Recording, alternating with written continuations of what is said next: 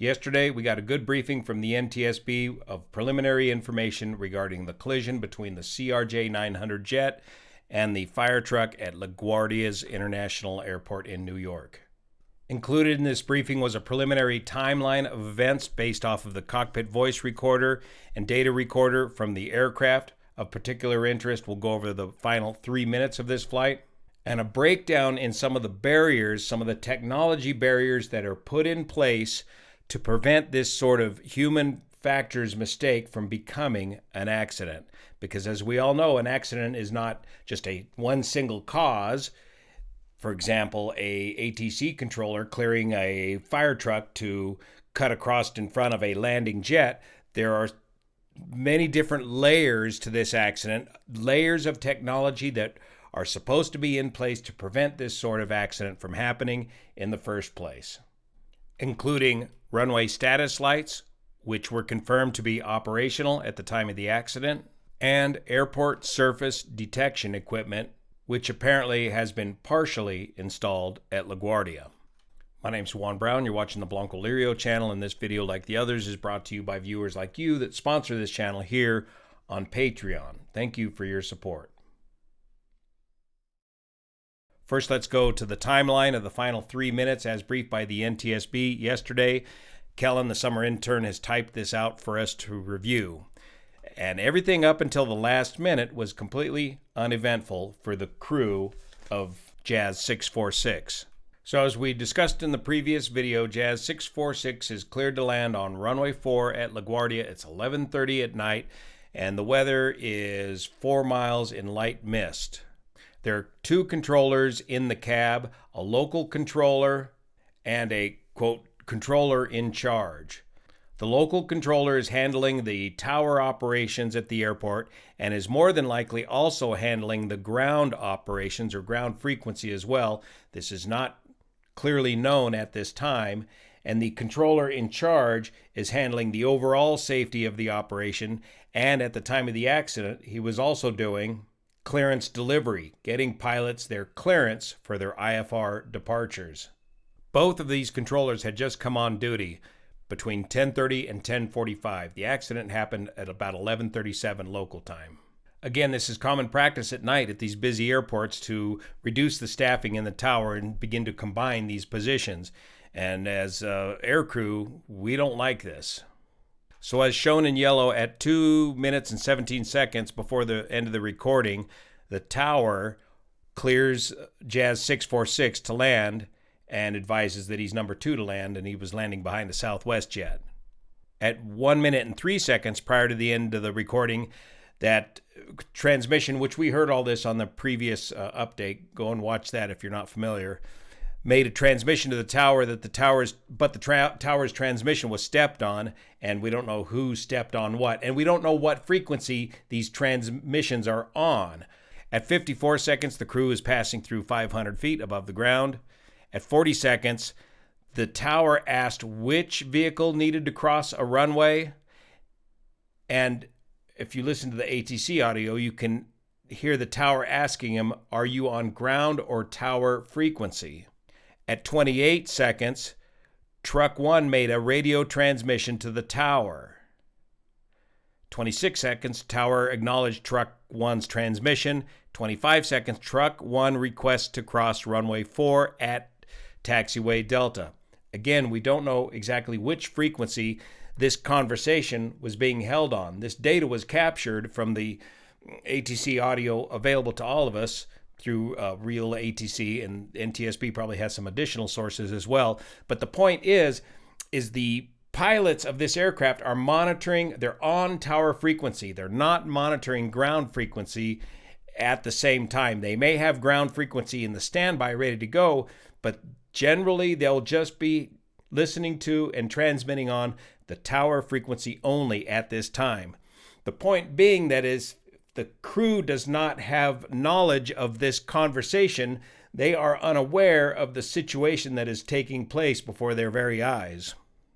At 20 seconds before impact, the tower clears Truck 1 and company to runway 4, to cross runway 4 at taxiway Delta.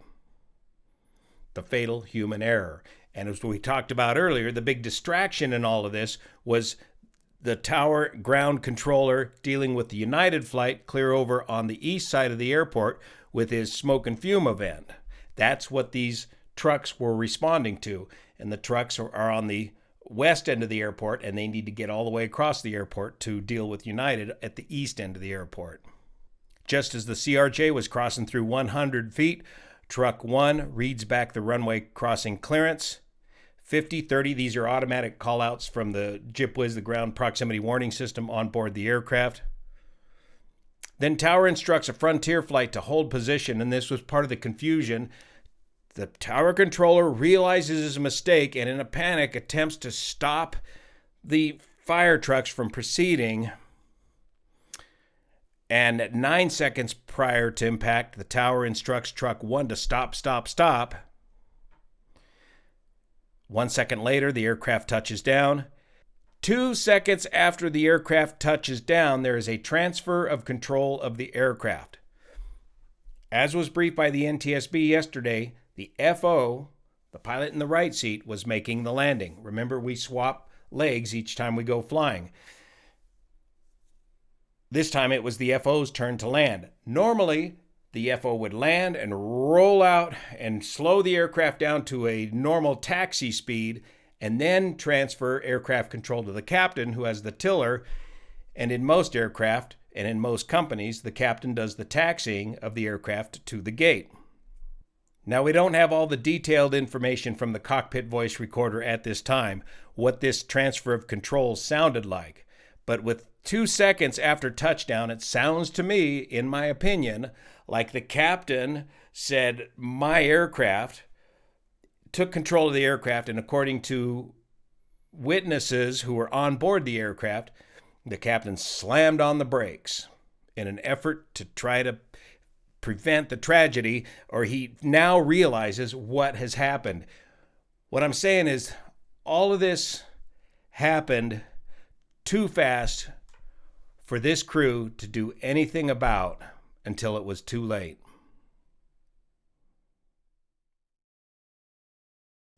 Now, we have modern technology barriers, which are supposed to be barriers to preventing this sort of human error from becoming a tragedy. One of these barriers is the runway status lights, which, according to the NTSB at yesterday's briefing, were fully operational at the time of the accident. These runway status lights are operational at 20 major airports across the United States, including LaGuardia. And looking at a still from the video of the surveillance video at the scene of the accident, you can see these runway status lights in action. It's a little bit tough because this is a picture of a picture to figure out exactly what colors we're looking at. But here's the fire trucks. Behind the fire trucks, you can see a series of green lights.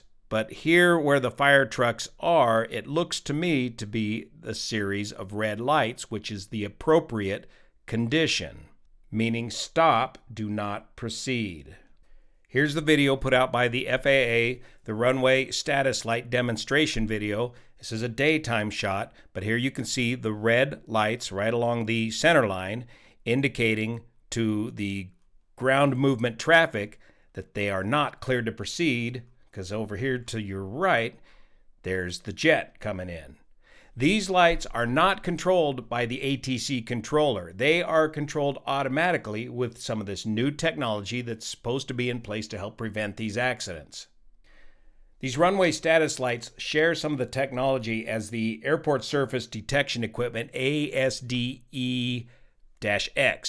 They use ADS-B data and surface radar data to automatically turn these runway lights on and off.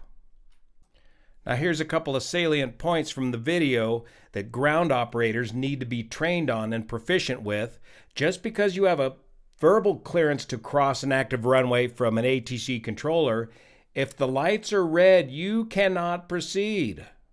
RELs illuminate when an aircraft is landing or taking off on a runway. The red lights indicate it is not safe to enter the runway environment. If an air traffic controller gives a clearance and the RELs are illuminated, do not cross over the red lights. Contact ATC and advise that you are stopped due to red lights. If you get an ATC clearance to cross but the lights are still red, you cannot proceed. And it looks like this is exactly what happened with the number 1 fire truck. The other very important and relatively new piece of technology that's supposed to help prevent these sort of human errors is the Airport Surface Detection Equipment, ASDEX.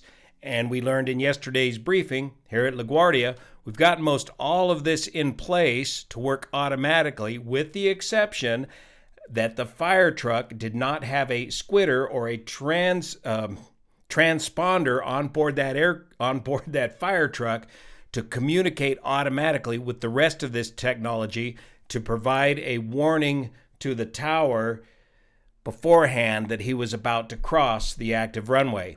The tower apparently did have a radar signature return of the fire truck, but it just shows as a green blob, and it's not moving fast enough towards the runway at the time to set off an alarm for the air traffic controller up in the cab.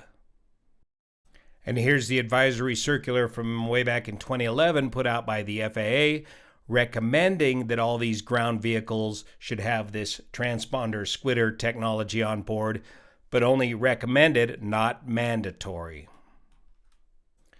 And just as I feared, the names have been released of the 2 very young pilots that were involved in this.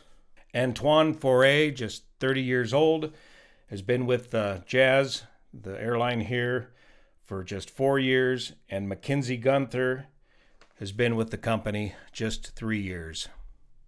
As a mentor for young people that want to get into aviation, most of whom want to go into the airlines, it just breaks my heart to see these young aviators sent into this very untenable situation.